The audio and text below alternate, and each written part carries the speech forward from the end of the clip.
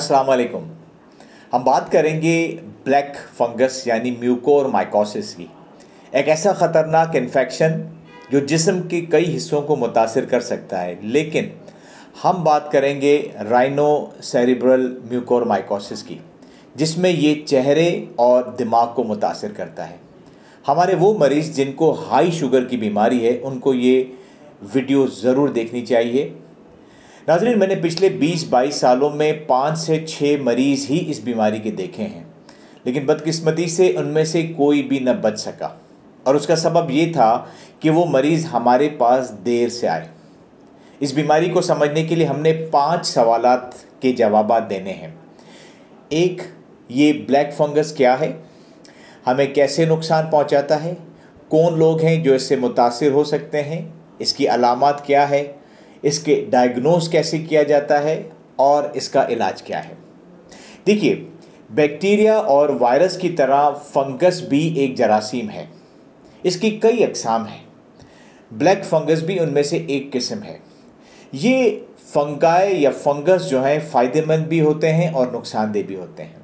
फ़ायदेमंद इस सेंस में कि हम जो दही, डबल रोटी वगैरह बनाते हैं तो उसमें इसी जरासीम यानी फंगस का बहुत अमल दखल है। लेकिन हम जिस ब्लैक फंगस की बात कर रहे हैं ये हमारे गिर्द पाया जाता है, मसलन मट्टी, खाद, गोबर और हवा वगैरह में।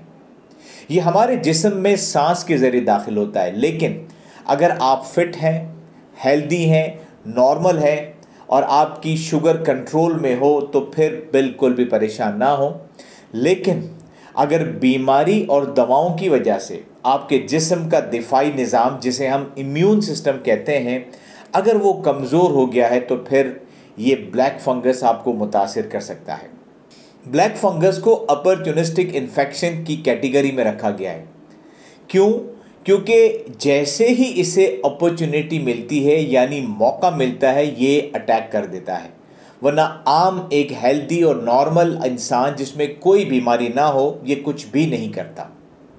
अब बात करते हैं कि वो कौन से हालात हैं जब आपका इम्यून सिस्टम यानी दिफाई निज़ाम कमज़ोर पड़ता है और फिर ये ब्लैक फंगस आप पर अटैक कर देता है। मैं यहाँ 3 असबाब का जिक्र करूँगा, यानी 3 किस्म के मरीज़, 3 किस्म के लोग ऐसे हैं जिनमें ये ब्लैक फंगस का म्यूकोरमाइकोसिस हो सकता है। पहला, अगर आप हाई शुगर यानी डायबिटीज़ मेलाइटस के मरीज़ हैं और आपकी शुगर बिल्कुल भी कंट्रोल नहीं है। यहाँ मैं ये बताना चाहूँगा कि हमारे पास ब्लैक फंगस के ज़्यादातर जो मरीज़ आते हैं वो हाई शुगर वाले ही होते हैं, जिनकी शुगर कंट्रोल नहीं होती। दूसरे किस्म के मरीज़ वो हैं जो किसी कैंसर की बीमारी में मुब्तला हैं और उसके इलाज के लिए वो कीमोथेरेपी ले रहे हैं। और तीसरे किस्म के मरीज़ वो हैं जो किसी ऐसी बीमारी में मुब्तला हैं, मसलन कोई जोड़ों की बीमारी है या नसों की बीमारी या कोई भी, जिसके लिए उनको हफ्तों या महीनों से ज़्यादा स्टीरॉयड की ज़रूरत पड़ रही है। वो मुसलसल स्टीरॉयड इतने लंबे अरसे के लिए ले रहे हैं। सन 2020 में आपको याद होगा कोविड आया था, कोरोना वायरस। उस वक्त उस वायरस ने जिन मरीज़ों को शदीद बीमारी में मुब्तला किया था उनको लाजमन स्टीरॉयड्स देने की ज़रूरत पड़ती थी और उन लोगों के अंदर ब्लैक फंगस हुआ था। और ये चीज़ ज़्यादातर हमारे पड़ोसी मुल्क इंडिया में देखी। जहाँ तक इसकी अलामात का ताल्लुक़ है, उसका इन्हिसार इस बात पर है कि ब्लैक फंगस ने जिस्म के किस हिस्से को मुतासिर किया है। आप इस तस्वीर से ये अंदाज़ा लगा सकते हैं। लेकिन हम यहाँ पर सिर्फ बात करेंगे राइनोसेरिब्रल म्यूकोरमाइकोसिस की, जिसमें चेहरा, आँख और दिमाग मुतासिर होता है। जब हम सांस लेते हैं तो हवा में मौजूद ब्लैक फंगस हमारे फेफड़ों यानी लंग में और साइनसेस में चला जाता है। इस तस्वीर को देखिए। साइनसेस हमारे चेहरे पर नाक के इर्द गिर्द हड्डी में मौजूद छोटे छोटे पॉकेट्स होते हैं। ये इस छोटे छोटे स्पेसेस हैं जो नाक से जुड़े हुए हैं और जब सांस के ज़रिए हवा नाक से गुजरती है तो उनमें भी आ जाती है। इसीलिए जिस ब्लैक फंगस को हम डिस्कस कर रहे हैं यानी राइनोसेरिब्रल, इसमें सबसे पहले यही साइनसेस मुतासिर होते हैं, जिसकी वजह से चेहरे पर सूजन आ जाती है, इस जगह दर्द होने लगता है, बाज़ औक़ात बुखार भी महसूस होता है। बाज़ औक़ात आपके चेहरे की जिल्द भी हल्की हल्की वहीं पर काली होने लगती है। यहाँ मैं आपको एक वार्निंग देना चाहूँगा कि अगर आप ज़्यादा अरसे से स्टेरॉइड ले रहे हैं या कैंसर की दवाई ले रहे हैं या आपकी शुगर कंट्रोल नहीं है और आपको अपने चेहरे पर इस तरह की कोई सूजन महसूस होने लगे, तो हरगिज़ इसे हल्का ना लें और फ़ौरन अपने डॉक्टर से रब्ता कायम करें, ताकि अगर ये ब्लैक फंगस की वजह से है तो उसकी फ़ौरन तशख़ीस हो जाए और इलाज शुरू हो जाए। क्यों? क्योंकि इस स्टेज पर अगर इलाज शुरू कर दिया जाए तो इलाज का मुकम्मल फ़ायदा हासिल हो सकता है। मैं यहाँ आपको एक निशानी बता रहा हूँ, बराए मेहरबानी मरीज़ ख़ुद, उसके रिश्तेदार या वो डॉक्टर हजरात जिनके पास ऐसा मरीज़ आए, मरीज़ का मुंह खोलकर इसके ऊपर का तालु, जिसे हम हार्ड पैलेट कहते हैं, ज़रूर चेक करें। कई मरतबा यहाँ पर काले धब्बे आपको नज़र आएंगे, जैसा कि इस तस्वीर में। इनकी मौजूदगी आपको ब्लैक फंगस की डायग्नोसिस में मदद फराहम करेगी। लेकिन मैं आपको ये बात भी बताता चलूँ कि ये ब्लैक फंगस की बीमारी इतनी आम नहीं है, कम लोग इससे मुतासिर होते हैं। लेकिन एहतियात का तकाजा यही है कि अगर आप इन 3 तरह के लोगों की लिस्ट में शामिल हैं, जिनका इम्यून सिस्टम या दिफाई निज़ाम कमज़ोर होता है, जिसकी वजह से उनके ऊपर ब्लैक फंगस अटैक कर सकता है, तो अपने अंदर मौजूद अलामात को ज़रूर सीरियस लें। अगर मरीज़ अपनी इस सूजन के बारे में ख्याल नहीं रखता तो ये ब्लैक फंगस यहाँ से मज़ीद आगे फैलेगा। याद रखिए, ब्लैक फंगस कोई हफ्तों या महीनों की बीमारी नहीं है, बल्कि ये दिनों और घंटों में फैलता है।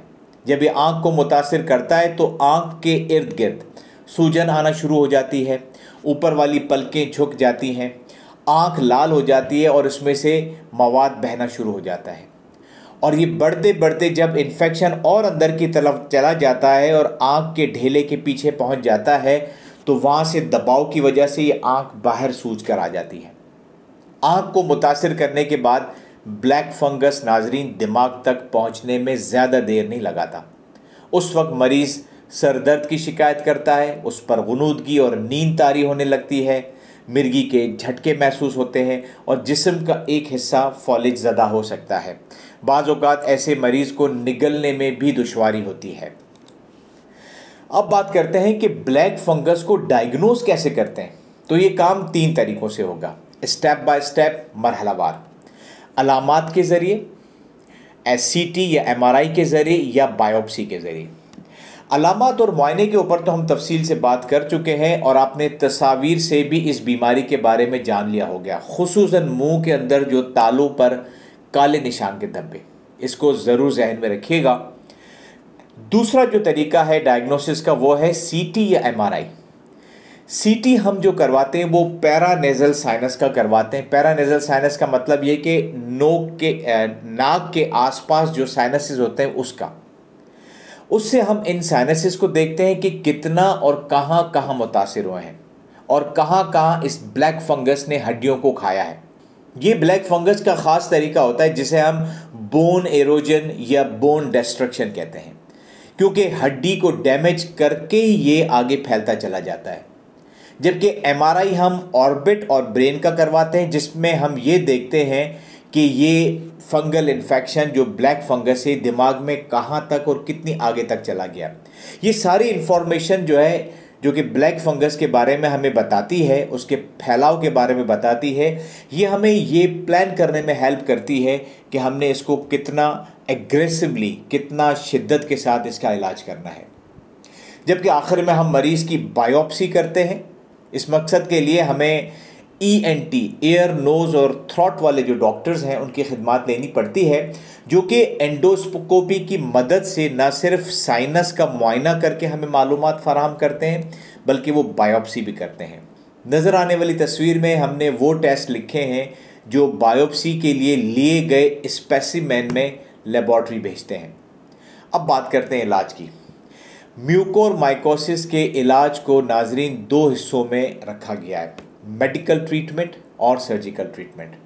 मेडिकल ट्रीटमेंट में फंगस को मारने वाली एंटी फंगल दवाइयाँ हैं, जिनमें मेन दवाई का नाम एम्फोटेरिसिन B है, जो कि नस के ज़रिए यानी IV दी जाती है। अच्छा, ये दवाई कोई आम दवाई नहीं है जिसे कोई भी दे सकता है। ये काफ़ी मुश्किल किस्म का इलाज है। इसके बहुत सारे प्रोटोकॉल्स होते हैं, कई टेस्टों का ख्याल रखना पड़ता है क्योंकि ये दवाई गुर्दे को भी नुकसान पहुंचती है। तो सिर्फ तजुर्बेकार डॉक्टर्स ही इसको दे सकते हैं। और इसका कब तक देना है, कितना अरसा देना है, इसकी डोज़ क्या होगी, इसका इन्हिसार इस बात पे होता है कि ब्लैक फंगस की बीमारी कितना शदीद है। जहाँ तक सर्जिकल ट्रीटमेंट का ताल्लुक है, इसमें डीब्राइडमेंट की जाती है और वहाँ पर मौजूद जो डेड और नेक्रोटिक टिश्यूज़ होते हैं, जिसको आम ज़बान में हम ज़ख़म की गंदगी कहते हैं, उसे काट कर अलग कर दिया जाता है। वो जगह मुकम्मल साफ़ कर दी जाती है। बाज़ औक़ात अगर ब्लैक फंगस ने उस जगह को बहुत ज़्यादा नुकसान पहुँचाया हुआ होता है तो वो पूरा हिस्सा ही निकाल दिया जाता है। मसलन अगर आँख पूरी डैमेज है तो उस पूरी आँख को निकाल दिया जाता है। ये वाला हिस्सा या ऊपर का जबड़ा डैमेज हो गया तो उसको भी निकाल दिया जाता है। और नाज़रीन, ये सब सिर्फ इसलिए किया जाता है कि मरीज़ की जान बच जाए। इलाज के ज़िमन में ये भी बहुत ज़रूरी होता है कि खुसूसन अगर मरीज़ को शुगर की बीमारी है तो उसे बेहतर तरीके से कंट्रोल करना होगा। अक्सर औक़ात एक और दवाई है फंगस की जिसे हम पोज़ाकोनाज़ोल कहते हैं, उसे लाइफ टाइम या लंबे अरसे तक भी कुछ मरीज़ों को दिया जाता है, खुसूसन वो मरीज़ जिनको ब्लैक फंगस दोबारा होने का ख़तरा होता है। नाज़रीन, इसके साथ ही मैं इस वीडियो को यहीं ख़त्म करूँगा। आप अपनी दुआओं में याद रखिएगा और आपसे गुजारिश है कि सदका जारिया की नीयत से ये मालूमात लोगों से शेयर करें।